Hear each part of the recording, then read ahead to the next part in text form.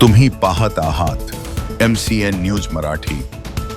महाराष्ट्र राज्य मार्ग परिवहन महामंडळाच्या 78व्या वर्धापन दिनानिमित्त राज्यभर राबविण्यात आलेल्या वृक्षारोपण अभियानांतर्गत जळगाव जामोद आगारात मंगळवार 14 जुलै रोजी वृक्षारोपणाचा कार्यक्रम उत्साहपूर्ण वातावरणात पार पडला।